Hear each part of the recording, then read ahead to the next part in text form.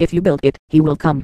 Field of Dreams is a 1989 American fantasy drama film directed by Phil Alden Robinson and is from the novel Shoeless Joe by W.P. Kinsella.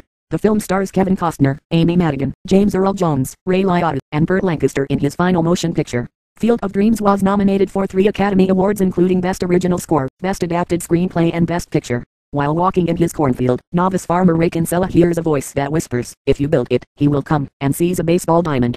His wife, Annie, is skeptical, but she allows him to plow under his corn to build the field. Nothing happens, and Ray soon faces financial ruin. Ray and Annie discuss reclaiming the corn, but their daughter, Karen, sees a man on the battlefield.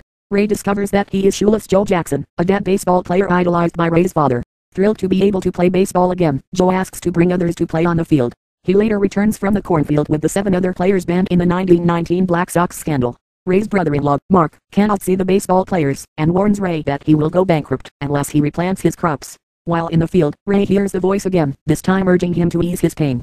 After attending a PTA meeting involving a resolution to ban books by author and activist turned recluse Terrence Mann, Ray decides the voice is referring to Mann. Ray finds a magazine interview about Mann's childhood dream of playing for the Brooklyn Dodgers and his heartbreak when the team moved to Los Angeles, and convinces Annie that he should seek out the author, after they both dream about Ray and Terrence attending a baseball game. Mann denies making the statement in the magazine, but Ray persuades him to attend a baseball game at Fenway Park. Ray hears the voice again, which urges him to go the distance. The scoreboard shows statistics for a player named Archibald Moonlight Graham, who played 1 game for the New York Giants in 1922, but never had a turn at bat. Mann eventually admits to sharing the vision, and they travel to Chisholm, Minnesota, where they learn that Graham became a doctor, but died 16 years earlier. During a late-night walk, Ray realizes that he is in 1972, the year of Graham's death. He finds Graham, who confesses to him that, although he regrets never getting to bat, he would have regretted not being a doctor even more. He declines Ray's invitation to fulfill his dream. While driving back to Iowa, Ray picks up a hitchhiker who introduces himself as Archie Graham. While Archie sleeps, Ray reveals that at age 14 he refused to play catch with his father after reading one of Terrence's books.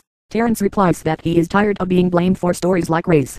At the farm, enough players have arrived to field 2 teams, and Archie finally gets to bat. The next morning Mark implores Ray to sell the farm.